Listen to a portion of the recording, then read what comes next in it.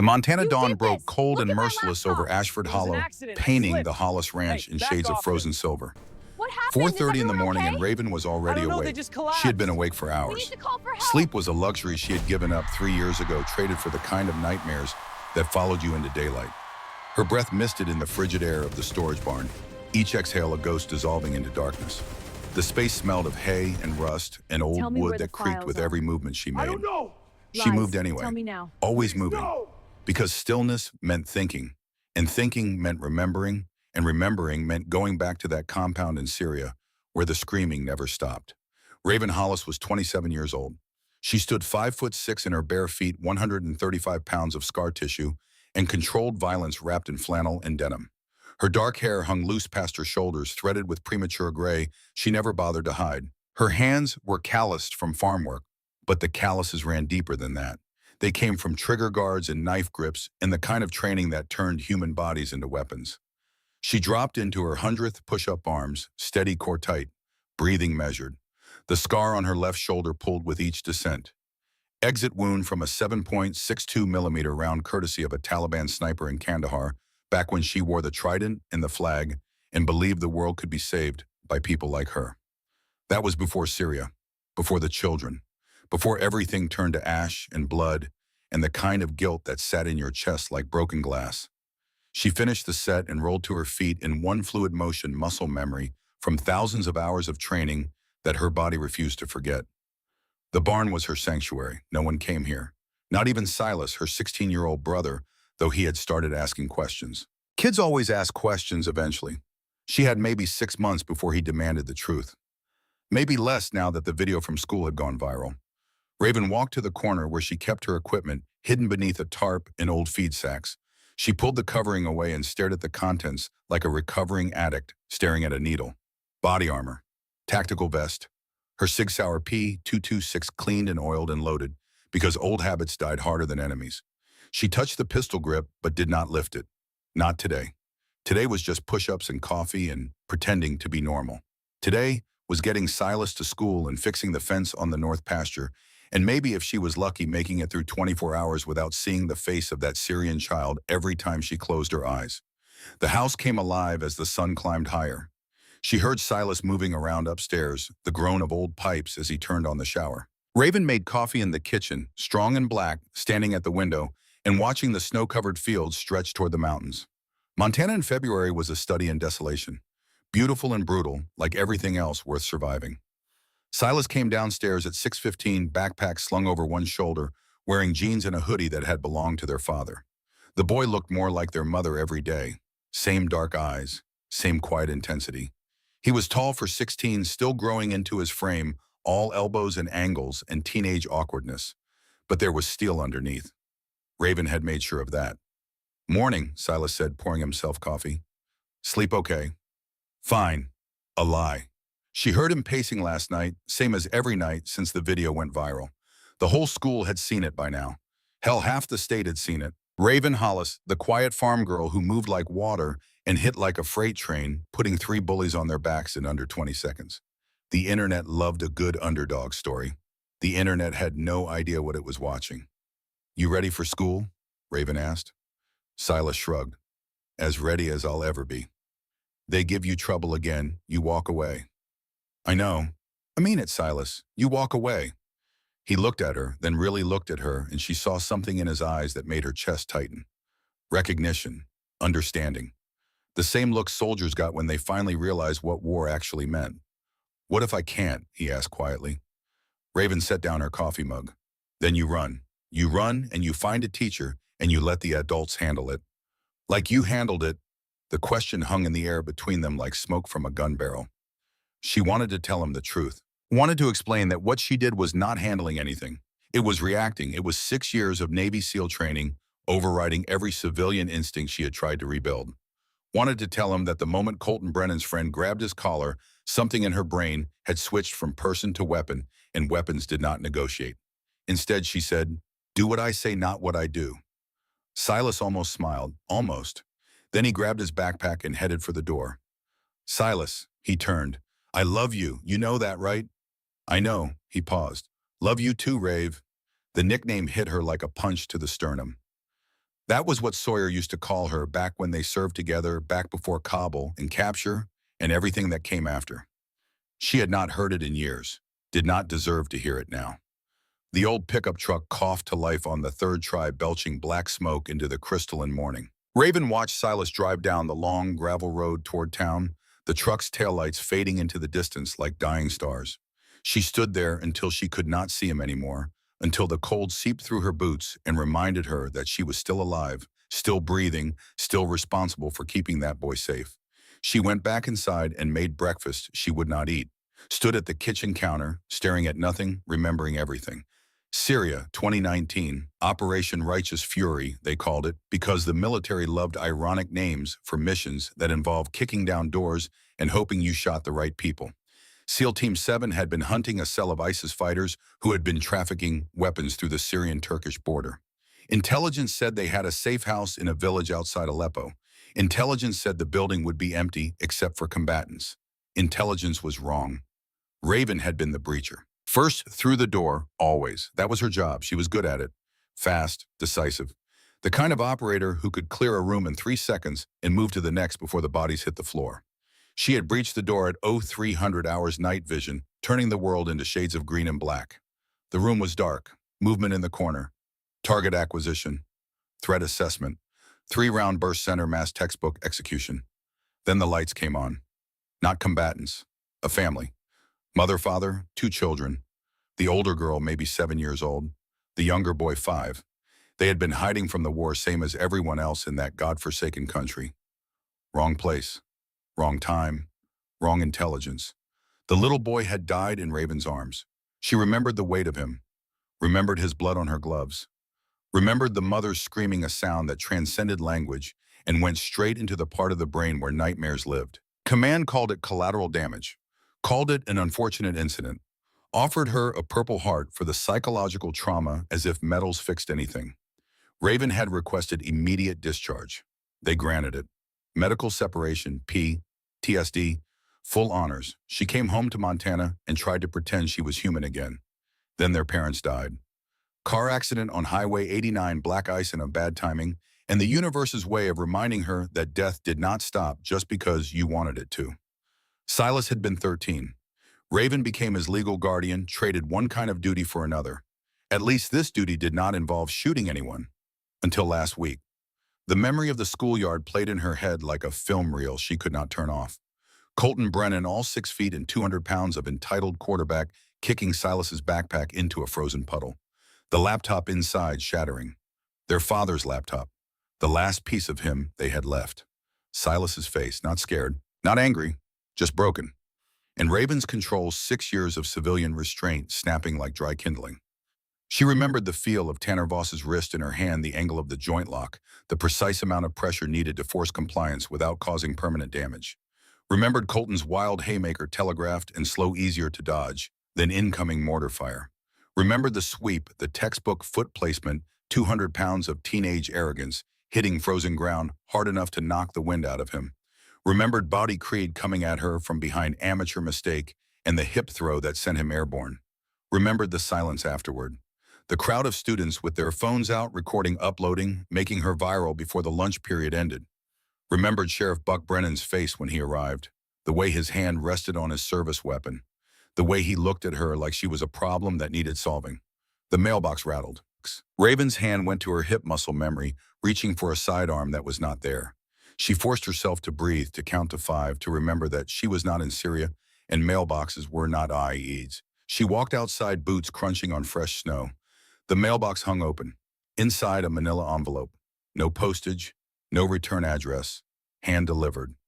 Raven's training kicked in. She scanned the road, the tree line, the horizon. No vehicles, no movement. Whoever left this was gone or hidden, and if they were hidden, they were professional enough that she would not spot them anyway. She took the envelope inside, set it on the kitchen table, studied it like a bomb tech studying a device. The paper was thick, expensive. The seal was clean. No prints, no DNA. Whoever sent this knew how to cover their tracks. Raven opened it. Inside, a photograph. 8 by 10 high resolution, taken with a telephoto lens from at least 200 yards out. The image showed her in the storage barn that morning, mid-push-up scar visible on her shoulder face, Caught in profile. Timestamp in the corner 0432 hours. 2 hours ago, someone had been watching her. In the dark. On her property. Close enough to photograph her through the barn's window slats. She flipped the photo over. On the back, written in precise block letters, "Distance means nothing to us." Beneath the words, a 7.62 millimeter rifle cartridge taped to the paper. Sniper round. The kind that could punch through body armor at 1,000 yards. Raven's hand did not shake. She was past shaking. But her heartbeat accelerated, adrenaline dumping into her system, combat instincts rising like floodwater. She was being surveilled. By professionals. By people who knew what they were looking at when they photographed her. She thought about calling the sheriff. Dismissed it immediately. Buck Brennan was dirty. Everyone in Ashford knew it. The man ran this town like a fiefdom, and his son thought he was untouchable because of it. Calling the sheriff would accomplish nothing except putting a target on her back, assuming the target was not already there. Raven went to the basement, moved 3 boxes of old Christmas decorations, and opened the false panel in the floor. Inside the military-grade storage case she had buried 2 years ago, telling herself she would never need it again. Telling herself she was done with that life. She was wrong. The case opened with a hiss of pressurized air. Inside, everything she had carried out of the Navy. The gold trident symbol of the teams earned through hell and blood and more pain than most people experienced in a lifetime. 3 purple hearts in velvet boxes. Photographs of her unit faces she would never see again, some dead, some scattered across the country, all of them carrying the same weight she carried. And underneath the tools of her former trade. The Sig Sauer 2.2615 rounds of 9mm hollow points. Barrel clean action, smooth. Extra magazines. A Benchmade Nimravus combat knife, 7 inches of carbon steel that could punch through a ribcage like tissue paper. Night vision monocular. Tactical flashlight. Flex cuffs. Door breaching charges small enough to be legal, powerful enough to be effective. And the notebook. Leather-bound edges, worn pages filled with after-action reports from missions she was not supposed to talk about. Kabul, Kandahar, Mosul, Aleppo, a dozen other cities that had become synonyms for violence. She flipped to the last entry dated 3 weeks before Syria. Mission: eliminate Hassan Qadir, arms dealer, supplying Taliban and ISIS. Location: Kabul compound, coordinates redacted. Status: target neutralized. 800-meter shot headshot, confirmed kill. Collateral 0. Team status 1 captured. Sawyer Hale main arms a presumed KIA. Her hand traced Sawyer's name. They had served together for 2 years. The man was a weapons specialist, the kind of operator who could field strip an AK-47 blindfolded and tell you which factory it came from by the trigger pull. He had called her Rave, made terrible jokes during briefings, saved her life in Kandahar when that sniper put a round through her shoulder. Then Kabul happened. Hassan's men ambushed the exfil. Sawyer got separated. They searched for 3 days, found nothing. Command declared him KIA. Closed casket funeral. Flag to his widow. The whole production. But she had killed Hassan. Put a bullet through his skull from 800 meters, watched him drop through her scope. Avenged Sawyer, or so she thought. And now someone was quoting Kabul at her. Someone who knew about distances and snipers and the kind of surveillance that required military training. Raven's mind raced through possibilities. Taliban remnants, unlikely. They did not operate in Montana, and they had bigger problems than one ex-SEAL. ISIS, same logic. Revenge from Hassan's organization. Possible. The man had a network, and networks did not die just because the head got cut off. Or something else. Something closer to home. Someone who knew her call sign. Someone who knew she was Black Raven. She pulled out her phone, scrolled to a number she had not called in 2 years. It rang 4 times before a gruff voice answered. Captain Merrick? Sir, it's Raven, Raven Hollis. A pause, then warmer. Hollis, been a long time. How's civilian life treating you? It was fine until someone started surveilling my property. The warmth evaporated. Explain. She told him about the photograph, the bullet, the message. Merrick listened without interrupting, a skill he had honed over 30 years in naval special warfare. When she finished, he was quiet for a long moment. Then, you still have your gear? Yes, sir. Good. Keep it close. I'll make some calls, see what I can shake loose from intelligence. You recognize the handwriting? No, sir. The cartridge, standard NATO round, could be from anywhere. Any idea who'd have reason to come after you? She thought about Syria, about the dead family, about the mother's face twisted in grief and rage screaming at her in Arabic. She thought about Hassan's network sprawling across 3 continents, funded by oil money and blood diamonds, and the kind of people who did not forgive and did not forget.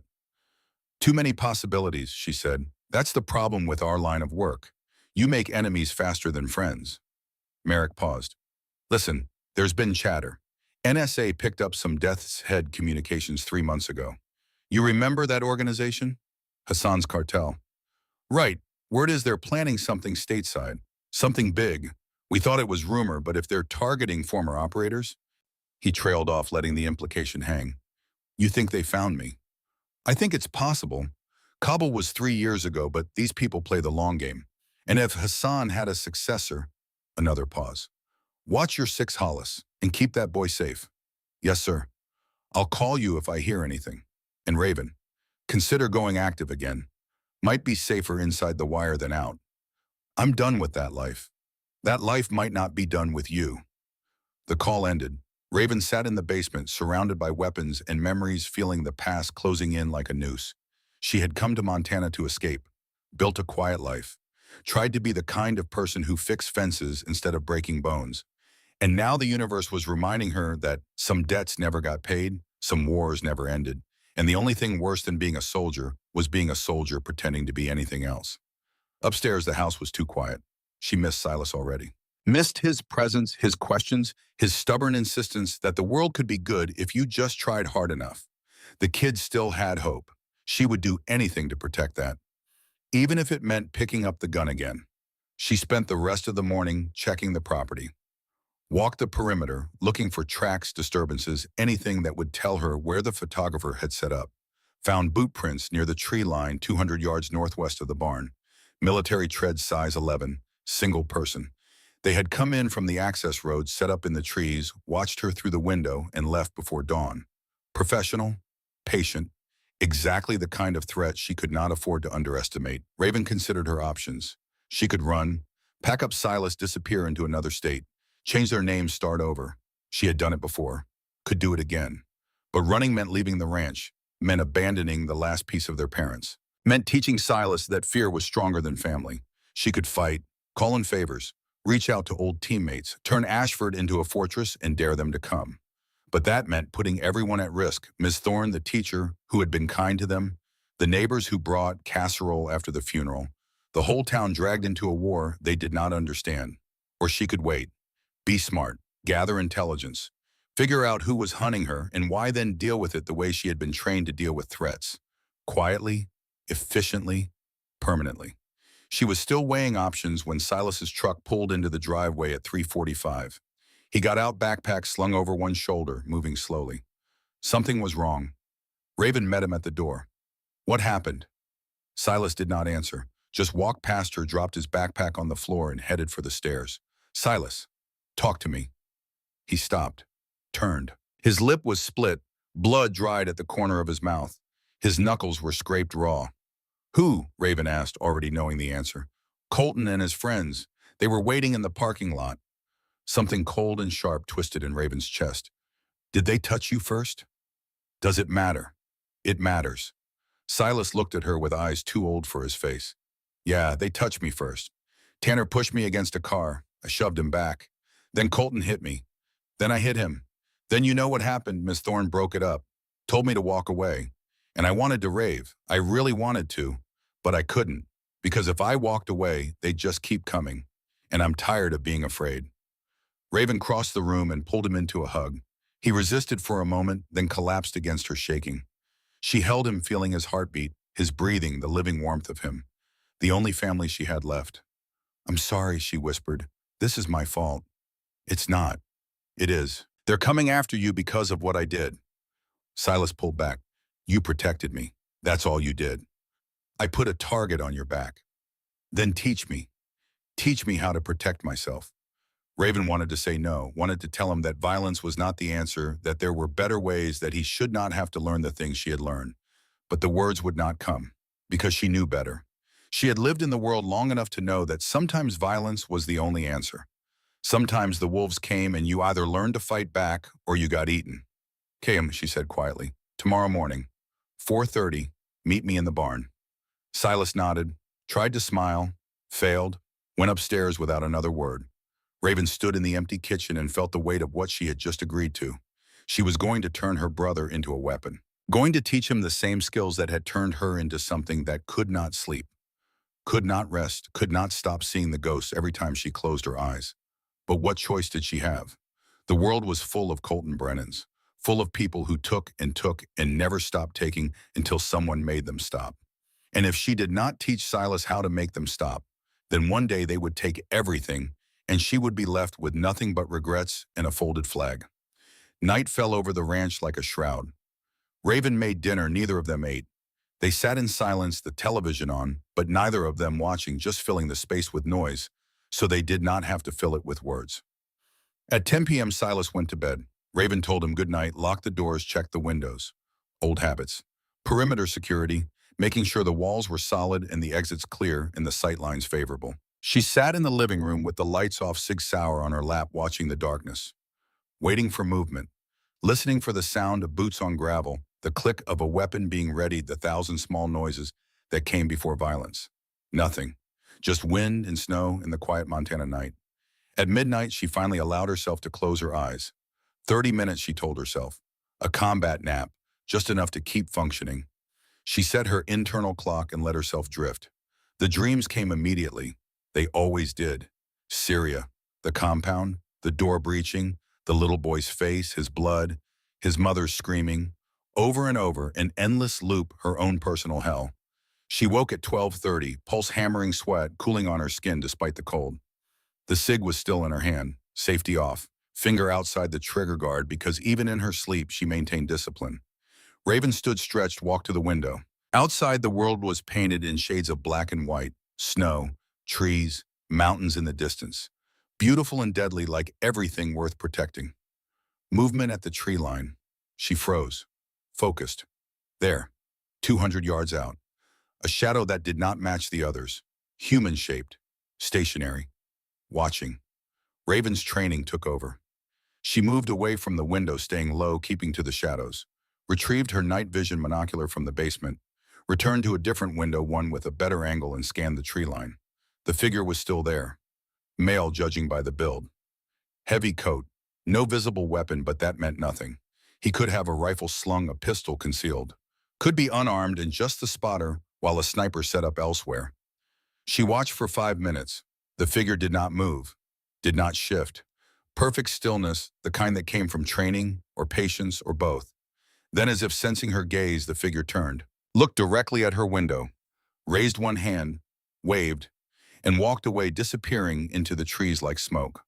Raven's blood ran cold. They knew she was watching, knew she had night vision, were confident enough to wave at her, to taunt her, to let her know that the surveillance was intentional. This was not reconnaissance. This was a message. We see you. We know where you are. We can reach you anytime we want. She went back to the basement, retrieved the rest of her gear. Body armor, spare magazines, the knife. She loaded everything into a duffel bag and brought it upstairs, stashed it in the hall closet where she could reach it in seconds. Then she sat in the living room and waited for dawn, gun in hand, watching the darkness, ready for whatever came next. 4:30 a.m. arrived like a promise. Raven went to the barn, set up the space for training. Mats on the floor, punching bag into the corner. Space to move, to breathe, to learn. Silas appeared at 4:40 wearing sweatpants and a hoodie, face still showing yesterday's bruises. "You're late," Raven said. "Sorry." Sorry gets you killed. Time is discipline. Discipline is survival. Again. Silas left. Came back at exactly 4:30, breathing hard from running. "Better," Raven said. "Now, first lesson, fighting is not about being strong, it's about being smart. Colton outweighs you by 60 pounds. You cannot outmuscle him, but you can outthink him. Understand?" "Yes." "Good, show me your stance." They trained for 90 minutes. Raven taught him the basics. How to stand, how to move, how to use an attacker's momentum against them, how to strike vital points, how to escape holds. Nothing fancy, just the fundamentals that kept people alive when the world turned violent. Silas was a quick study. He had her genetics, which meant he had the reflexes, the spatial awareness, the kinesthetic intelligence that made good fighters. But more than that, he had motivation. He was tired of being a victim, tired of running, tired of being afraid. Raven saw herself in him, and it terrified her. At 6 a.m. they stopped. Silas was drenched in sweat, hands shaking from exertion. Good work, Raven said. Tomorrow, same time. Thanks, Rave. He started to leave. Stopped. Turned back. Can I ask you something? Shoot. Were you always like this? I mean, even before the military? Raven considered lying, decided against it. No, I was soft once. Believed in fairy tales. Thought people were basically good. Then I joined the teams and they taught me the truth. What truth? That the world is full of monsters, and the only thing that stops monsters is people willing to become worse monsters. She met his eyes. I don't want that for you, Silas, but I want you alive more. He nodded slowly. What if I don't want to be a monster? Then you be smart enough that you never have to be. You learn the skills, but you use them as a last resort. You walk away when you can. You only fight when you have to. Understand? Yes. Good. Now go shower. You smell like a locker room. He almost laughed, almost, then headed back to the house, leaving Raven alone in the barn with her thoughts and her ghosts. She was putting away the training mats when she found it. A playing card tucked under the corner of a mat. The ace of spades. Death card. On the back, written in the same block letters as the photograph, 720008 countdown. 72 hours. 3 days.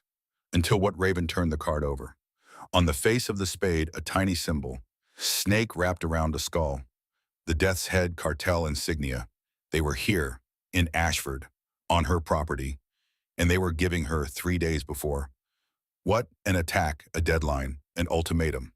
She pulled out her phone, called Merrick. No answer. Left a voicemail. Sir, it's Hollis. They're here. Death's Head, I need backup. Then she called the only other person she trusted from the old days. A number she had not dialed in 3 years, hoping she would never need to again. It rang 6 times. A man answered, voice rough with sleep. This better be good. Flint, it's Raven. A pause, then fully awake. Raven, holy hell, long time. I need you. Where? Montana. Ashford Hollow. I've got Death's Head breathing down my neck and a brother to protect. Flint Garrison did not hesitate. I'm in Billings, 4 hours out. Sit tight. I'm coming. The call ended.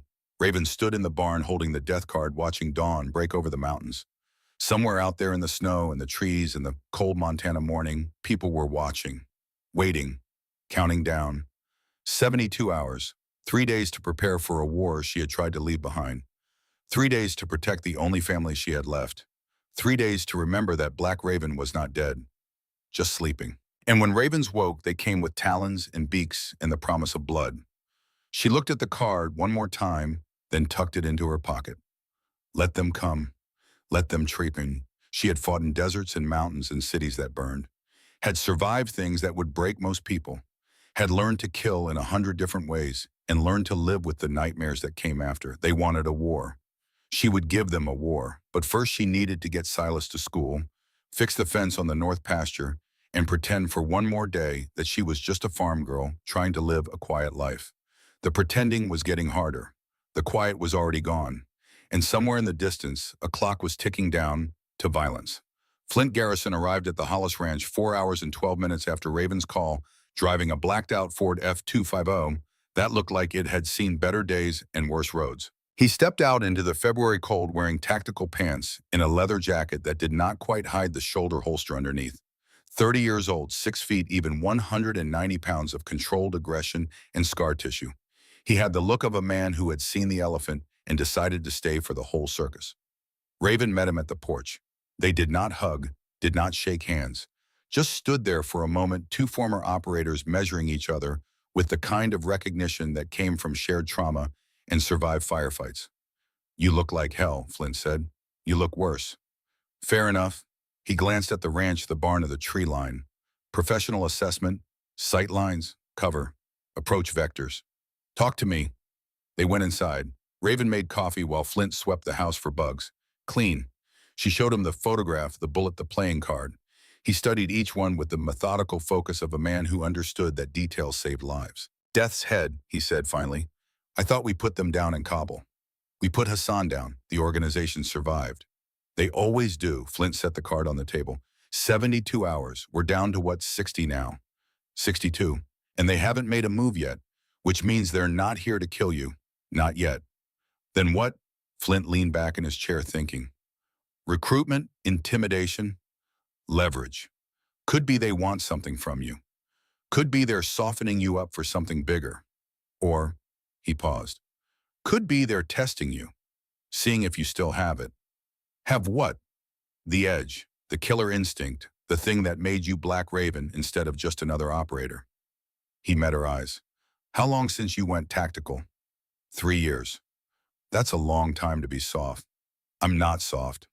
Then prove it. Show me what you've got. They went to the barn.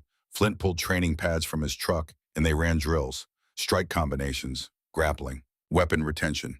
Flint was better than good, but Raven was better. Muscle memory took over. Her body remembered what her mind had tried to forget. The angles, the timing, the cold mathematics of violence. After 20 minutes, Flint called, "Stop." He was breathing hard, grinning. "Yeah," he said, "you still got it. Told you." "So what's the play? We fortify here and wait them out." Raven shook her head. "We gather intel, find out who's running Death's Head now, find out what they want, then we end it before Silas gets caught in the crossfire." "Speaking of the kid, where is he?" "School, he'll be back at 3:30. You tell him what's happening." "Not yet." "Raven, he deserves to know." "I know, but if I tell him he'll want to help, and I can't." She stopped, started again. "I can't let him turn into what I am." Flint's expression softened. "He's not you, and you're not your worst day. Remember that." Before Raven could respond, her phone buzzed. Text message. Unknown number. Warehouse district. Old Brennan storage. Come alone. Your brother's teacher is waiting. A photo loaded below the text. Ms. Thorne tied to a chair, duct tape over her mouth, eyes wide with terror. Raven's blood turned to ice. "They have Ms. Thorne." Flint read the message over her shoulder. "It's a trap." "I know. So we don't go in stupid. We plan. We prepare. We turn their trap into ours." Raven was already moving pulling gear from the closet. Body armor, weapons, magazines. The cold machinery of warfare clicking into place like it had never left. "Call Merrick," she said. "See if he can get us satellite imagery of the warehouse district. I need to know how many hostiles, what kind of firepower entry points." "On it." Flint pulled out his phone. Raven loaded her Sig Sauer, chambered around, checked the action. Smooth. Perfect. Like riding a bike, except the bike was designed to kill people. Her phone buzzed again. Another text. "Oh, and Raven, bring the boy if you want to. If you want the teacher to live. You have 2 hours." She stared at the message, rage and fear warring in her chest. They wanted Silas. Wanted to use him as leverage, or worse. Wanted to turn this into a hostage negotiation where she had no cards to play. "Change of plans," Raven said. "We're going now, but we're not bringing Silas. They'll kill the teacher. They're going to kill her anyway.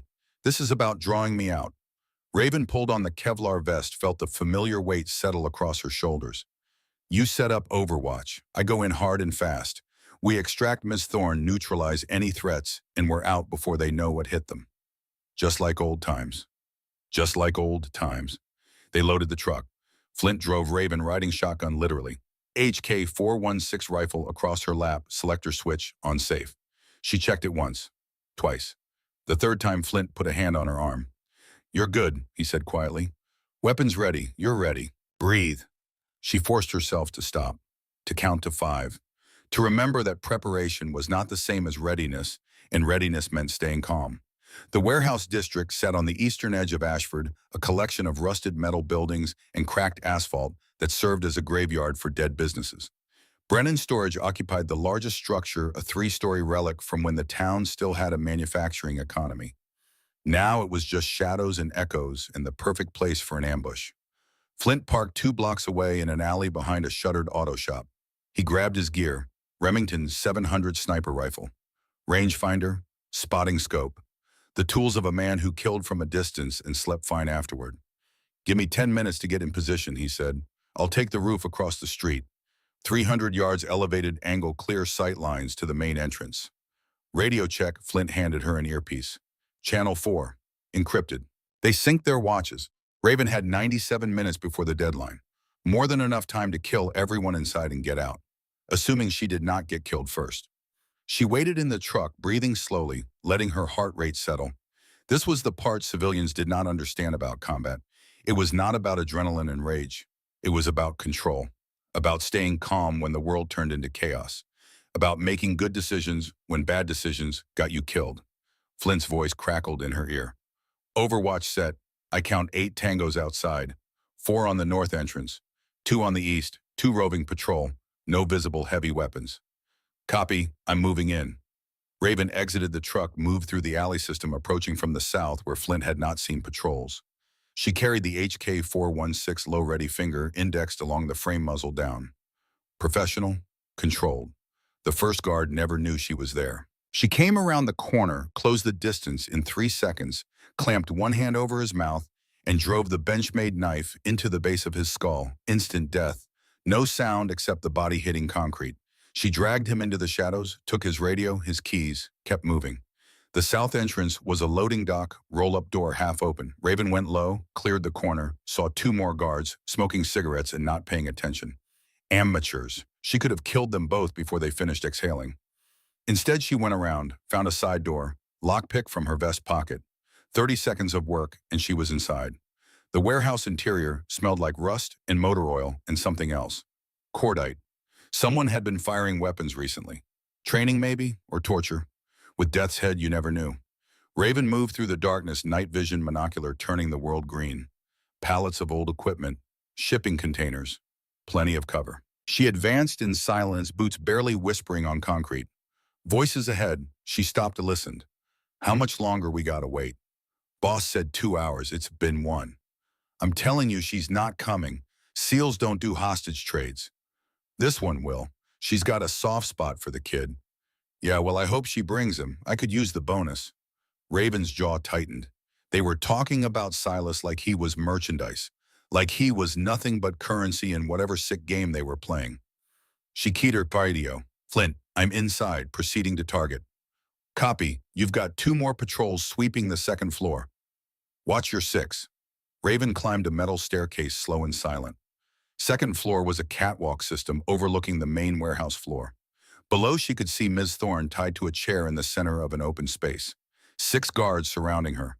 One of them smoking, one checking his phone. All of them armed with AK pattern rifles.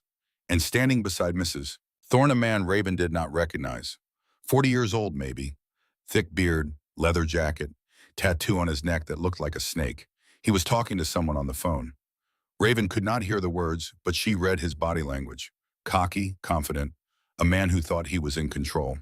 She scanned for additional threats, found them on the 3rd floor. 2 snipers with scoped rifles watching the entrances. Smart. If she had come through the front, they would have dropped her before she made it 10 feet. Raven keyed her radio. I count 14 hostiles total, 6 on the ground floor with the package. 2 snipers, 3rd floor, 6 on perimeter patrol. Copy, I can take the snipers. On your call. Raven checked her watch. 73 minutes left. Enough time to do this right. She positioned herself on the catwalk, found a support pillar for cover, and brought the HK-416 to her shoulder. Below, the bearded man ended his call, walked over to Miss Thorne, ripped the tape off her mouth. Comfortable, he asked. Miss Thorne spat at him. Go to hell, he laughed. Feisty, I like that. He pulled a knife, held it up to the light.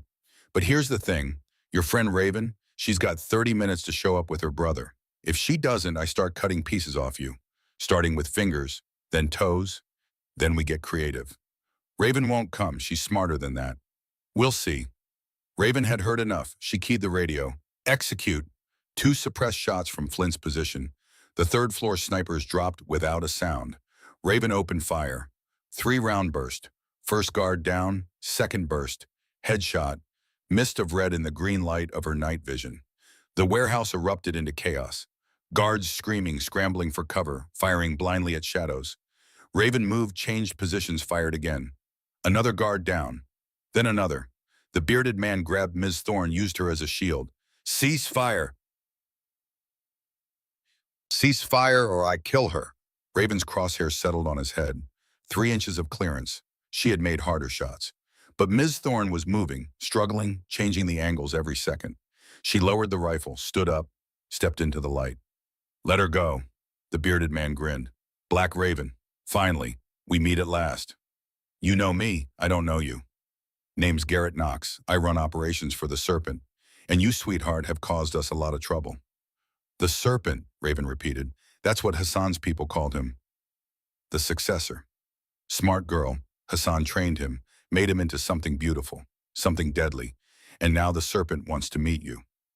So this is recruitment. Got it in one. Knox pressed the knife against Miss Thorne's throat, drawing a thin line of blood. Here's the deal. You come with us. You meet the serpent. You hear him out. And maybe, just maybe, we don't kill everyone you love. Raven calculated angles, distance, options. Flint had a shot from outside, but not through the warehouse walls. She could rush Knox close to 20 feet between them in under 2 seconds, but that was enough time for him to slit Miss Thorne's throat. Stalemate. Why does the serpent want me? Raven asked, stalling. You killed his teacher, made him into what he is. He figures you owe him. I don't owe anyone anything. That's where you're wrong, Knox grinned. You know what your problem is, Raven? You think you can walk away, build a quiet life, pretend the war never happened, but the war doesn't forget. The war follows you home. A sound behind her. Raven spun, but too late. Something hard slammed into her skull. Stars exploded across her vision. She dropped to one knee, training, keeping her conscious when anyone else would have blacked out. A boot kicked the rifle from her hands. Rough hands grabbed her arms, yanked them behind her back. Zip ties bit into her wrists. She looked up. 2 more guards coming from the first floor. She had missed them. Rookie mistake. Tunnel vision. She had been so focused on Knox that she had forgotten to watch her 6. Flint's voice in her ear. Raven's status. She could not respond without giving him away. Just took the beating as they dragged her to her feet, shoved her toward Knox. Knox studied her with the expression of a man examining a prized hunting trophy. The legendary Black Raven. Gotta say, I expected more. Raven said nothing, just breathed, counted her heartbeats, assessed her situation, wrists bound behind her back, 7 hostiles still standing. Knox with the knife. Miss Thorne bleeding but alive. Flint outside with a rifle and no clear shot. Silas at school, safe, unaware that his sister was about to disappear into the same darkness as she had tried to escape. Knox's phone rang. He answered, listened, smiled. Perfect timing. He looked at Raven. Change of plans. The serpent wants to see you now. We're taking a little road trip. What about her? One of the guards gestured to Ms. Thorne. Kill her. She served her purpose. The guard raised his rifle. Raven moved. Bound wrists did not mean helpless. She had trained for this. Spun drove her elbow into the face of the guard behind her. Felt his nose break. Dropped low, swept the legs of the second guard. He went down hard. Knox lunged at Ms. Thorne with the knife. Flint's rifle cracked from outside. The warehouse window exploded. Knox's shoulder erupted in red. He screamed, dropped the knife, stumbled backward. Raven rolled, came up with Knox's dropped knife in her bound hands, sawed through the zip ties. 30 seconds of work while bullets flew over her head. The moment her hands came free, she became death. Grabbed the knife, threw it. 20 feet, buried in a guard's throat. He dropped. Picked up a fallen AK. No time to aim. Point and shoot. 3 guards down in as many seconds. Knox was running for the exit, bleeding, screaming into his phone. Raven chased him, caught him at the door, kicked his legs out from under him. He went down face first onto concrete. She put a knee on his spine, grabbed a fistful of his hair, yanked his head back. Where is the serpent? Knox laughed through the pain. Blood bubbled from his lips. You're too late. He's already in motion. And when you figure out who he is, another laugh. It's gonna destroy you. Who is he? Someone you know, someone you trust, someone who except he didn't. Raven's blood ran cold. What are you talking about? Knox's eyes rolled back, shock setting in, blood loss. He was dying and he knew it, and he was enjoying every second of her confusion. Kabul, he whispered. 2019, you left a man behind. Sawyer, no, impossible. Sawyer Hale had been declared KYA, dead, gone. They had held a funeral. His widow had remarried. The teams had moved on. But they had never found a body. You're lying, Raven said. Am I? Knox coughed, spraying blood. The serpent sends his regards. Says he's looking forward to the reunion. Says he's got your brother. The world stopped. What? School. Right now, he's taking the boy, and there's nothing you can do about it. Raven released Knox, stumbled backward, pulled out her phone, called Silas. Straight to voicemail. Call with the school. Busy signal. Called Flint. Get to Ashford High now. They have Silas. She ran for the truck, leaving Knox bleeding on the warehouse floor.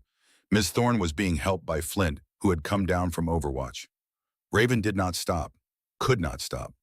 Because if Knox was telling the truth, if Sawyer Hale was alive and had Silas, then everything she had built, everything she had fought for was about to burn. The drive to the school took 8 minutes.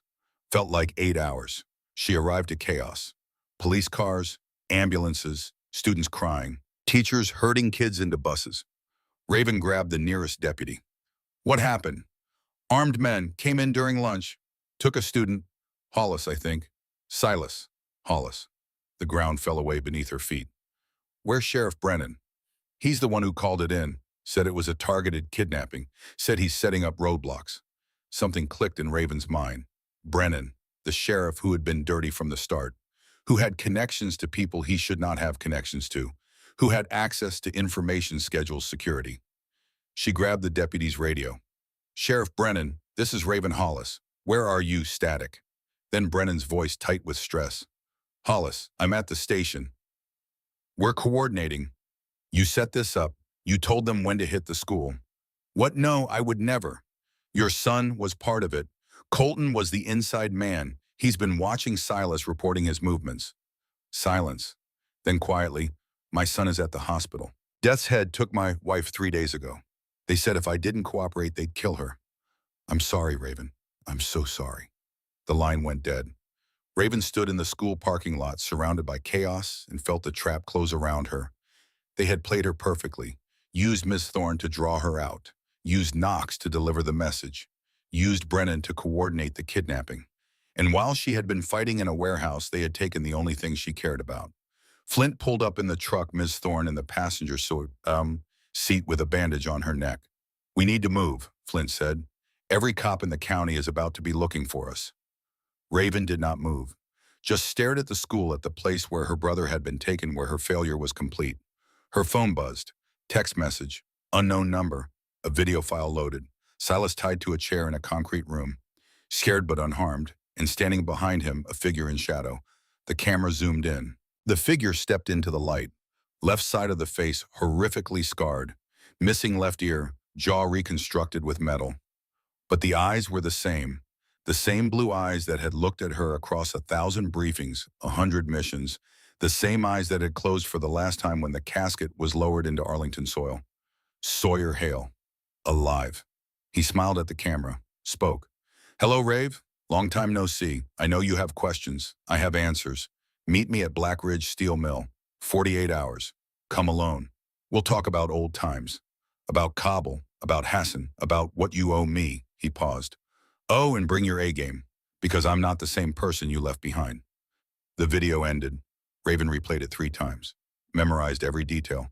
The concrete walls, the industrial lighting, the faint sound of wind howling. Black Ridge Steel Mill, abandoned for a decade, 40 miles north. Perfect place for a final confrontation. Flint read over her shoulder. That's Sawyer, but he's supposed to be dead. Hassan didn't kill him. Hassan turned him. Turned him into what? Raven looked at the frozen image on her phone. Sawyer's scarred face, Sawyer's cold smile, Sawyer's hand resting on Silas's shoulder like a promise of violence.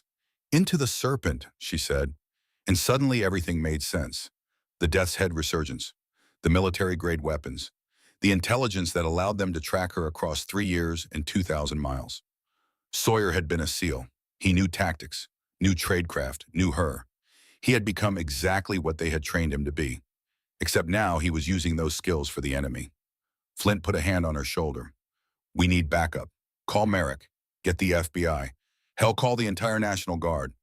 No, Raven said quietly. Sawyer wants me alone. If I bring anyone else, Silas dies. So we let him dictate terms. We let him think he's dictating terms. But we plan.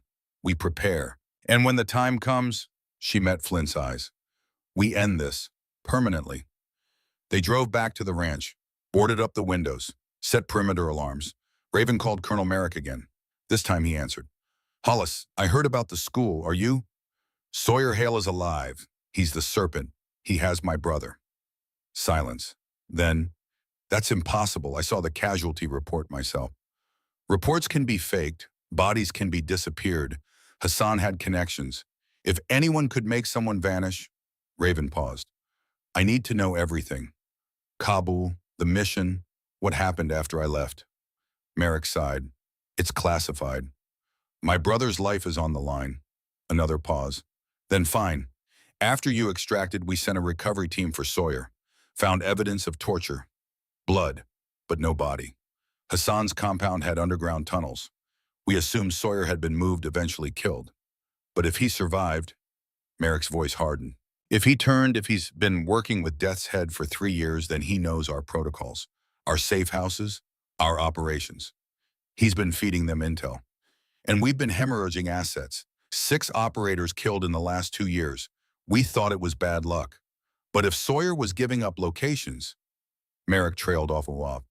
Hollis, you need to understand. If Sawyer Hale has gone full traitor, he's more dangerous than anyone you've ever faced. He knows how you think, how you fight, your strengths and weaknesses. I know. Then you know this is a suicide mission. I don't have a choice. There's always a choice. Not when it's family. Merrick was quiet for a long time. Then what do you need? Satellite imagery of Blackridge, thermal scans, layout blueprints, anything that gives me an edge. I'll see what I can do. But Hollis, be careful. Sawyer's not the man you knew. Hassan broke him, rebuilt him. Whatever's left of your friend, it's buried under 3 years of torture and indoctrination. I understand. Do you? Because when the time comes, you're going to have to kill him. Can you do that? Raven looked at Silas's empty chair at the kitchen table. Remembered teaching him to ride a bike. Remembered their parents' funeral holding his hand while they lowered the caskets. Remembered every moment she had promised to keep him safe. Yes, she said. I can do that. The call ended. 47 hours until the deadline. 47 hours to plan an assault on a fortified position against an enemy who knew every move she would make. 47 hours to save her brother from a ghost who had crawled out of the grave with nothing but hate and the skills to make that hate lethal. Flint was cleaning his rifle. Methodical. Focused. You know this is exactly what he wants. You walking into his trap. I know. And you're going anyway. I'm going anyway. Then we do it smart. We gather intel. We find his weaknesses. We turn his trap into ours. Flint looked up. And we bring enough firepower to level that entire mill if we have to. Raven nodded, went to the basement, opened the weapons cache she had been stockpiling without realizing it. Rifles, pistols, grenades, breaching charges, enough ordnance to start a small war, which was exactly what this was going to be. She loaded magazines, checked optics, sharpened her knife. The ritual of preparation.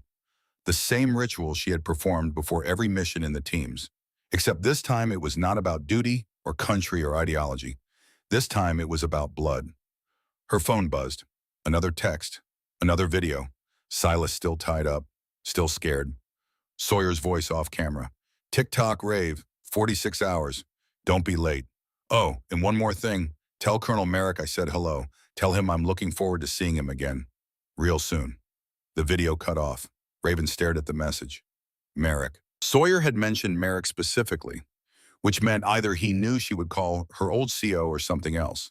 Something worse. She called Merrick back. He answered on the first ring. Hollis, what's wrong? Sawyer just sent another video. He mentioned you, by name, said he's looking forward to seeing you again. Long silence. Then that's concerning. Sir, is there something you're not telling me? Did you and Sawyer have contact after Kabul? No, absolutely not. I thought he was dead, same as everyone else. But there was something in Merrick's voice, a hesitation, a crack in the certainty. Sir, there was one thing 6 months ago. I got a call, encrypted line, someone asking about you, about where you'd gone, what you were doing. I didn't recognize the voice, but he paused. But the caller knew details about Kabul that only someone on the inside would know. I assumed it was CIA or NSA running a background check. But if it was Sawyer, Raven's blood ran cold. You told him where I was. I gave general information, Montana. Nothing specific. I swear to God, Hollis, I didn't know. How long have you known? What? How long have you known Sawyer was alive? I didn't. I'm telling you the truth. But the doubt was there now. Planted. Growing, because if Merrick had been in contact with someone 6 months ago, and that someone was Sawyer, then every move she had made since then had been watched, tracked, anticipated. I'll call you back, Raven said, and ended the call. Flint was watching her. Problem. Maybe. Merrick got a call 6 months ago, someone asking about me, He thinks it might have been Sawyer. You think Merrick's compromised? I think I don't know who to trust anymore. Flint set down his rifle. Then we trust each other, you and me, no one else. We go in dark. No coordination with Merrick. No backup. Just us. Raven wanted to argue. Wanted to believe that her mentor, the man who had trained her, who had believed in her, was not part of this. But the evidence was mounting. The pieces were fitting together in a pattern she did not want to see. Agreed, she said. Just us. Flint knocked on the basement door. Satellite images came through. You're going to want to see this. She followed him upstairs. Laptop open on the kitchen table. Thermal imagery of Black Ridge steel mill from 3 hours ago. Heat signatures everywhere. At least 40 people inside. Armed, organized, waiting. That's a small army, Flint said. Then we'll need to be smarter than an army. Or crazier. That too. They studied the layout. 5 floors, multiple entry points, catwalks, open spaces, perfect kill zones if you knew what you were doing. And Sawyer knew what he was doing, but so did Raven. She started planning. Phase 1 infiltration, Phase 2 extraction, Phase 3 exfiltration. Each step mapped out, timed, rehearsed in her mind until it became muscle memory. Flint would provide overwatch. Long-range support. If things went sideways, he would rain hell from 400 yards out. Raven would go in alone. Fast, quiet. Find Silas. Get him out. Worry about Sawyer later. But there was one more thing she needed to do. One more preparation that might mean the difference between walking out alive and becoming another casualty of a war that refused to end. Flint, she said, I need you to teach me how to hotwire a vehicle. And I need demolitions refresher. Breaching charges, timers, remote detonation. He raised an eyebrow. Planning to blow up the mill. Planning to have options. For the next 6 hours they worked. Flint showed her the techniques. How to set charges for maximum structural damage. How to rig timers that could not be disabled. How to create diversions and escape routes using controlled explosions. Raven absorbed it all, made notes. Practiced until her hands moved by instinct. At midnight they stopped. Flint made coffee. They sat at the kitchen table, exhausted, wired, running on adrenaline and the knowledge that in 36 hours everything would be over. One way or another. You ever think about what comes after, Flint asked. After what? After all this. After Sawyer. After Death's Head. What do you want your life to look like? Raven looked out the window at the dark Montana night. I want Silas to graduate high school, go to college, have a normal life. I want him to never have to do what we did. Never have to kill someone. Never have to wake up screaming because he can't forget the faces. And you, oh, I want to sleep, just one night, without the nightmares. Flint nodded. Yeah, me too. They sat in silence for a long moment. Then Flint stood. I'm going to grab a few hours. You should too. I will. But she would not, could not. Because every time she closed her eyes, she saw Silas tied to that chair. Saw Sawyer's scarred face. Saw the Syria compound and the little boy dying in her arms. Instead, she went to the basement, pulled out the notebook, flipped to a blank page, and she began to write. A letter to Silas. If you're reading this, I didn't make it back. I'm sorry. I'm sorry I couldn't protect you better. I'm sorry I brought this war to your door. I'm sorry you had to see what I am. But I need you to know something. Everything I did to keep you safe. Every choice, every mission, every moment I chose violence over peace. It was all for you. Don't become me. Don't let what happened to you turn you into what I became. The world has enough killers. It needs more people like you. Good people. People who still believe things can get better. Live well, little brother. Live the life I couldn't. And remember that you were loved. Always Rev. She folded the letter, put it in an envelope, sealed it. Addressed it to Silas Hollis, care of Ms. Thorne. Then she went upstairs and placed it on the kitchen table where Flint would find it if she did not come back. 35 hours left. Raven sat in the living room, gun in her lap, watching the darkness, planning, rehearsing, preparing for the moment when she would walk into hell and either drag her brother out or die trying. Her phone buzzed one more time. Final message from Sawyer. A single photograph, not of Silas this time, of a grave marker. Arlington National Cemetery. A headstone with Sawyer Hale's name on it. Dates of birth and death. The lie that had been carved in stone. And written across the image in red digital ink, I died for you once. Now you die for me. 34 hours. The serpent is waiting. Raven set the phone down, picked up her knife, began sharpening it. The rhythmic scrape of steel on stone, a sound older than war, older than hate, the sound of a predator preparing to hunt. Somewhere in the Montana night, Sawyer Hale was waiting. Somewhere her brother was scared. Somewhere the final battle was taking shape. But here in this moment, Raven Hollis was not scared, was not uncertain, was not the broken woman haunted by Syria. Here she was, Black Raven. And Black Raven did not lose. The clock ticked down, the war was coming, and she would be ready. The Montana night was colder than death when Raven and Flint loaded the truck for the last time. 2 in the morning. 41 hours since Silas had been taken. 7 hours before the deadline Sawyer had set. But Raven was done playing by his rules. Done waiting. Done being reactive. Time to become the predator again. She wore full tactical kit. Kevlar vest rated for rifle rounds. Ceramic plate inserts front and back. Load-bearing harness with magazine pouches. Flashbangs breaching charges. The HK-416 rode across her chest. Suppressor threaded tight, optics zeroed at 100 yards. Glock 19 on her hip. Bench-made knife strapped to her calf. Enough ammunition to fight a small war and enough explosives to end one. Flint checked his own gear. Remington 700 in a hard case. Spotter scope, rangefinder, ghillie suit for concealment. He looked like a man going hunting, which in a way he was. Last chance to call this off, he said. Wait for daylight. Get backup. Do this smart. Raven shook her head. Sawyer's expecting me at dawn. He'll have extra security. More eyes. More guns. We go now, we catch them during shift change. Guards tired. Defenses down. Or we walk into a trap. It's a trap either way. Might as well spring it on our terms. They drove north in silence. 40 miles of empty highway cutting through frozen wilderness. No other cars. No witnesses. Just 2 killers heading toward a reckoning that had been 3 years in the making. Black Ridge Steel Mill rose from the darkness like a monument to industrial decay. 5 stories of rusted metal and shattered windows. Smokestacks reaching toward a starless sky. The whole structure looked ready to collapse, but Raven knew better. The bones were solid, steel framework that would stand for another century. Perfect fortress if you knew how to use it. Flint parked 3 miles out. They hiked the rest of the way through knee-deep snow, moving slow, staying quiet. The kind of approach that took an hour to cover a mile. The kind that kept you alive. At 4 a.m. they reached the outer perimeter. Chain-link fence 12 feet high, topped with razor wire. Guards patrolling in pairs. 8 that Raven could see. Probably more inside. The thermal imagery had shown 40 heat signatures. She was outnumbered 20 to 1. Good odds for a Tuesday. Flint split off heading for the ridgeline 400 yards northeast.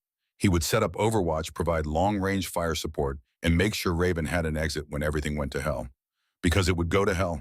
It always did. Raven waited until Flint radioed his position. Then she moved. The fence was easy. Bolt cutters through the chain link, 30 seconds of work. She slipped through the gap low and fast, using shadows and dead ground to mask her approach. First guard never saw her coming. She hit him from behind forearm, across the throat, cutting off his air. He struggled for 5 seconds. Then went limp. Not dead, just unconscious. She zip-tied his wrists, gagged him, dragged him into the bushes. Second guard was smoking a cigarette near the loading dock. Raven came up behind him, knife in hand. One thrust between the ribs angled up into the heart. Silent kill. He dropped without a sound. She lowered him gently, took his radio, his keys. 2 down, 38 to go. The loading dock door was unlocked. Sloppy security. Sawyer was either overconfident or wanted her inside. Probably both. She entered the mill, HK-416 up and ready, moving through the darkness like smoke. The interior smelled like rust and oil and something else. Cordite. Recent gunfire. They had been training here, or executing people. With death's head you never knew. Raven cleared the first floor room by room. Empty. Moved to the second floor. Found sleeping quarters. 6 men in cots, dead to the world. She could have killed them all in their sleep. Chose not to. Saving bullets for when she needed them. Third floor was where things got interesting. Guards at every intersection. Patrols running on a schedule. Professional setup. Military discipline. Sawyer's influence showing. Raven checked her watch. 4:17. She had maybe 20 minutes before shift change. Before the guards woke up and someone found the bodies outside. For all hell broke loose. Time to move faster. She bypassed the guards using maintenance shafts and ventilation ducts. Tight spaces, claustrophobic, but invisible. She emerged on the 4th floor in a corridor lined with office doors. Most were empty. One was not. Light spilling from under the door, voices inside. Raven pressed her ear to the wall. Two men, talking about football of all things, complaining about the cold. Normal conversation. Guards pulling boring duty, unaware that death was standing 3 feet away. She moved past them, found the stairwell to the 5th floor. Door was locked. Electronic keypad. She tried the code from the guard's radio. Access denied. Tried another combination. Denied. Third time she heard footsteps on the other side. The door opened. Guard stepping through, coffee in hand, not expecting trouble. Raven drove the knife into his throat, pulled him through the doorway, lowered him quietly, took his access card, stepped over his body and into the 5th floor. This was Sawyer's command center. She could feel it. The air was different here. Charged, like walking into a predator's den and smelling the bones of previous prey. The corridor opened into a large space. Former executive offices converted into something else. Weapon racks on the walls. Tactical maps spread across tables. Radio equipment. Computers. A full operational headquarters. And in the center of the room, tied to a chair, was Silas. Raven's heart lurched. She wanted to run to him, wanted to cut him free and get him out. But training overrode emotion. She scanned the room, counted threats. 4 guards. No 5. One in the shadows by the window. And sitting behind a desk watching her with cold amusement was Sawyer Hale. He looked like something from a nightmare. The left side of his face was a ruin of scar tissue, the ear gone, the jaw reconstructed with metal plates visible under stretched skin. But his eyes were the same. Blue, intense, calculating. The eyes of a man who had seen hell and decided to make it his home. "Hello, Rave," he said quietly. "Right on time." Raven kept the rifle trained on him, center mass, finger on the trigger. "Let him go." "Not yet. First, we talk." "Nothing to talk about." "No." Sawyer stood, hands visible, making no aggressive moves.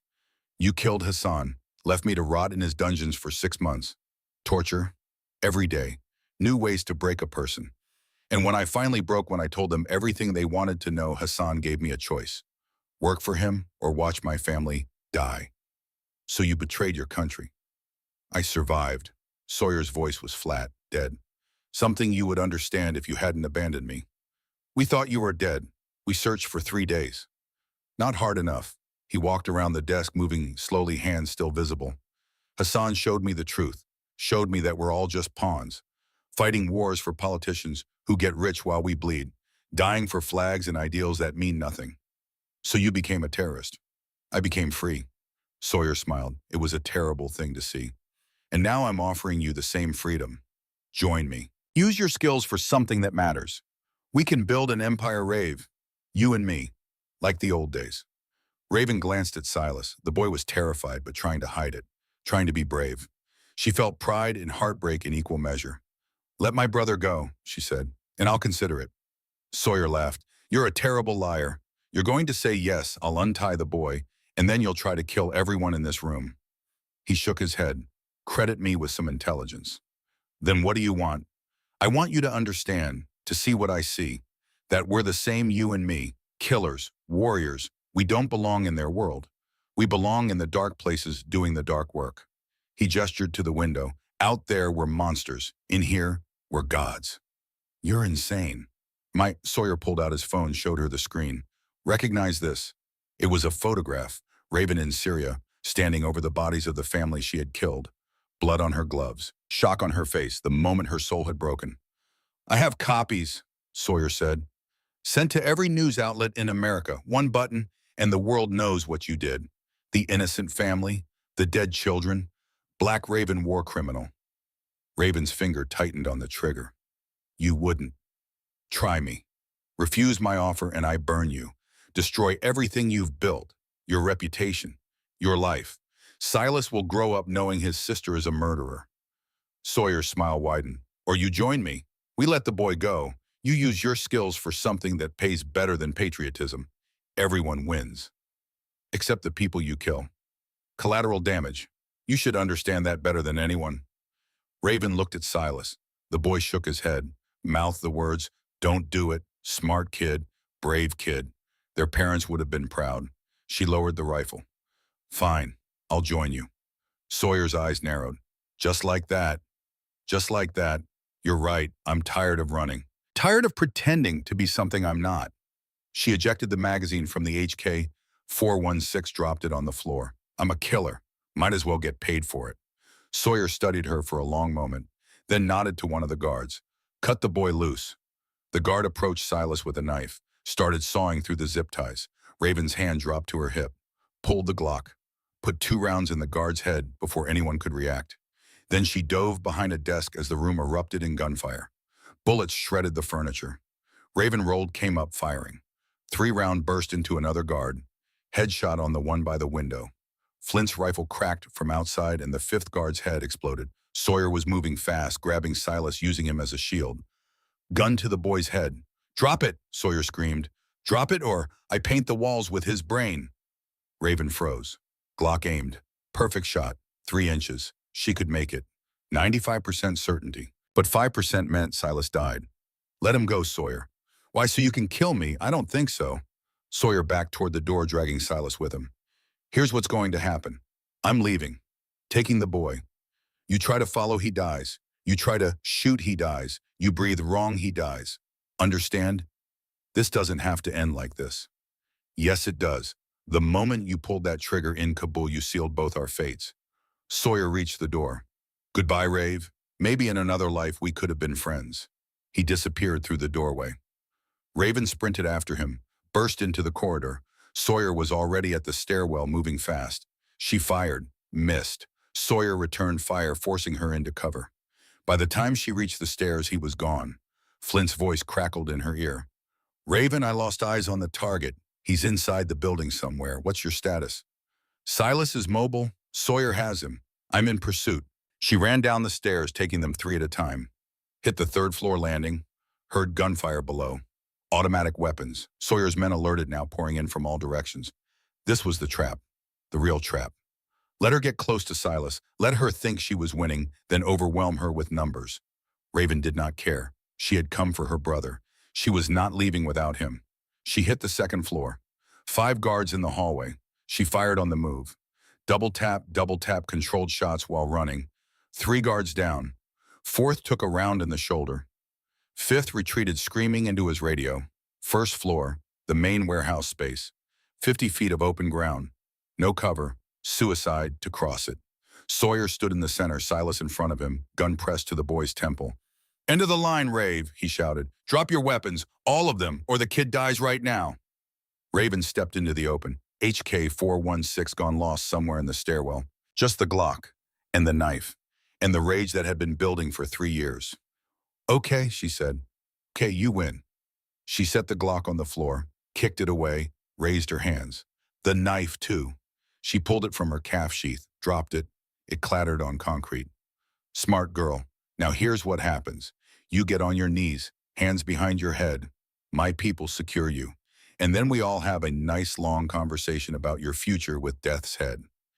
And Silas, leverage, insurance. He stays with me until I'm sure you won't do anything stupid. Raven looked at her brother. Silas was crying now, silently, tears streaming down his face. But he was not crying from fear. He was crying because he understood. Understood what was about to happen. What had to happen. She mouthed the words, I love you. He mouthed back, I know. Then Raven moved. Not toward Sawyer, toward the knife, 15 feet away. She covered it in 2 seconds, dove, rolled, came up with the blade in her hand. Sawyer fired. Missed. Raven was already moving. Serpentine pattern, unpredictable, making herself a hard target. She threw the knife. 20 feet, spinning end over end. Perfect rotation, it buried in Sawyer's shoulder. The same shoulder Flint had shot at the warehouse. Old wound reopened. He screamed, gun wavering. Silas drove his elbow into Sawyer's gut. Broke free. Ran. Sawyer fired wild shots after him. Missed. Then Raven was on him. They went down in a tangle of limbs. 2 SEALs. 2 operators trained in the same system. Every move countered. Every technique answered. Sawyer tried for an armbar. Raven rolled out. She went for a choke. He bridged and escaped. They separated, both on their feet, circling. Sawyer pulled the knife from his shoulder. Blood poured down his arm. He was grinning through the pain. Just like training, he said. Remember. I remember you used to tap out when I choked you. Things change. He lunged, knife in a reverse grip. Raven sidestepped, caught his wrist. Twisted. Joint lock. But Sawyer powered through, used his size advantage, shoved her back. She hit the wall hard, stars in her vision, Sawyer coming in fast, knife descending toward her throat. Raven caught his wrist with both hands, held the blade inches from her neck. Sawyer leaning in with all his weight, 200 pounds versus 135. Physics was not on her side. You can't win, Sawyer hissed. I'm stronger, faster, better. Maybe. Raven drove her knee into his groin. But I fight dirtier. Sawyer gasped, his grip weakened. Raven twisted the knife free, reversed it, drove it into his thigh. He howled, stumbled back. She did not give him time to recover. Front kick to the chest, he went down. She was on him instantly. Mounted position, raining down elbows. 1, 2, 3. His face became a mask of blood. Her hands found his throat. Squeezed. Rear naked choke from mount position. Not textbook. Did not matter. It worked. Sawyer struggled, thrashed, tried to buck her off. But the choke was deep, cutting off blood to the brain. 10 seconds and he would be unconscious. 20 and he would be dead. Raven's vision tunneled. All she could see was Sawyer's face. All she could think about was 3 years of running, 3 years of nightmares, 3 years of looking over her shoulder. She could end it. Right now, squeeze until his eyes went dark and his body went still. One less monster in the world. Silas's voice cut through the fog. Raven, stop. Don't kill him. She blinked, looked up. Silas was standing 10 feet away, eyes wide, horrified. He's not worth it, Silas said quietly. Don't become him. Raven looked down at Sawyer. His eyes were rolling back. Seconds from death. She released the choke. Sawyer gasped, sucking in air, coughing blood. Raven zip-tied his wrists, his ankles, pulled him into a sitting position against the wall. Why? Sawyer croaked. Why didn't you finish it? Because my brother's right. You're not worth it. Footsteps behind her. Raven spun, reaching for a weapon that was not there. Colonel Wade Merrick stepped out of the shadows. In civilian clothes, armed with a Sig Sauer 320, aimed at Raven's chest, her blood turned to ice. Sir. I'm sorry, Hollis, Merrick said. His voice was flat, empty. I really am. You're the mole. You've been helping Sawyer. Helping? Merrick laughed bitterly. I've been running Death's Head since Hassan died. Sawyer was just the face, the enforcer. I'm the architect. The betrayal hit like a physical blow. Wiped money, power, the things that actually matter. Merrick shrugged. I gave 30 years to the Navy. Know what I got. A pension that barely covers rent. Meanwhile, politicians and contractors get rich off the wars we fight. So I decided to get my piece. Hassan made me an offer. I took it. You sent us into that compound in Kabul. You knew Hassan would be there. I tipped-eyed him off, told him you were coming. He was supposed to kill all of you, but you were too good, too fast. So I adjusted. Faked Sawyer's death, helped Hassan turn him, created the perfect inside man. Raven's mind raced. The Syria mission, the bad intel. That was me too. Wanted to break you, make you quit, get you out of the way. Merrick smiled. Worked, didn't it? You killed those people, that family. You put their blood on my hands. Collateral damage. You said it yourself. Rage exploded in Raven's chest. She lunged for him. Merrick fired. The round punch through her vest cracked her ribs, spun her around. She hit the floor hard. Silas screamed. Flint's rifle cracked from outside. Merrick's shoulder erupted. He stumbled, fired back at the windows. Glass shattered. Raven crawled toward the Glock. 15 feet. Might as well be a mile. Every breath was agony. Broken rib, maybe punctured lung. She tasted copper. Merrick stood over her. Should have stayed, retired Hollis. He aimed at her head. A massive explosion rocked the building. The charges Raven had planted on the first floor. Timed detonation. 20 pounds of C4 turning support columns into shrapnel. The floor buckled. Merrick stumbled. Raven rolled, grabbed the Glock, fired from her back. 3 rounds, center mass. Merrick's vest caught 2. The third hit his neck. He dropped arterial spray, painting the walls. Tried to speak. Could not. Just bled out in 30 seconds, eyes wide with surprise. Another explosion. The building was coming down. 5 stories of steel and concrete collapsing in on itself. Raven grabbed Silas. Run! They ran, through corridors filling with dust and smoke. Past guards fleeing in panic. Toward the loading dock exit. The building screamed around them. Metal tearing, concrete crumbling. The sound of the world ending. They burst outside into the freezing dawn. Kept running, 50 yards, 100 yards. The mill collapsed behind them, imploding in a cloud of debris and flame. Raven fell to her knees in the snow. Silas collapsed beside her. They sat there, breathing, bleeding, alive. Flint appeared out of the darkness. "You two look like hell." "Feel worse," Raven managed. "Sawyer, buried under a few thousand tons of steel. If he survived that, he deserves to live." Sirens in the distance. Fire trucks. Police. Someone had called it in. "We need to move," Flint said, "before we have to explain why we just blew up a building." They helped each other to the truck, drove south, away from Blackridge, away from the wreckage, away from the ghosts. 3 months later, the ranch looked different in spring, green instead of white, warm instead of frozen. The fence was fixed, the barn was painted, the livestock were healthy. Everything that had been broken was slowly being repaired. Raven stood on the porch, coffee in hand, watching Silas work in the field. The boy had grown, filled out. The fear was gone from his eyes, replaced by something harder. Confidence. Strength. He would never be a victim again. The aftermath had been complicated. FBI had investigated Blackridge, found the bodies, the weapons, the evidence of death's head operations. Merrick's betrayal had sent shockwaves through naval special warfare. 14 other conspirators arrested. The network dismantled. Sawyer's body was never found, officially listed as deceased. But Raven knew better. Men like Sawyer did not die easy. Somewhere out there, he was alive, healing, planning, waiting. Let him wait. She would be ready. The Department of Defense had offered Raven full reinstatement, Presidential Citizens Medal, back pay, the works. She declined. She was done with that life, done with wars and missions and the machinery of violence. Almost, she had kept the weapons, the training, the skills, because the world was still full of monsters, and someone had to stand between them and the innocent. Ms. Thorne walked up the driveway carrying a casserole. She had scars on her neck from the warehouse, nightmares same as Raven, but she was healing too. "Thought you might be hungry," she said. "You didn't have to." "I wanted to." Ms. Thorne set the dish on the porch rail. "How are you holding up, one day at a time? That's all any of us can do." They stood in comfortable silence, watching Silas work, watching the sun climb higher, watching the world turn like it always did, indifferent to human suffering and human triumph alike. "I'm opening a school," Raven said suddenly, "self-defense academy, for kids who need it, kids like Silas used to be." Ms. Thorne smiled. "I think that's wonderful. Need a teacher. Always." A car pulled up. Flint got out carrying a duffel bag. He had been staying in town helping with the rebuild, becoming part of the community, part of the family. "Got something for you," he said, handing Raven the bag. Inside a framed photograph, her SEAL team.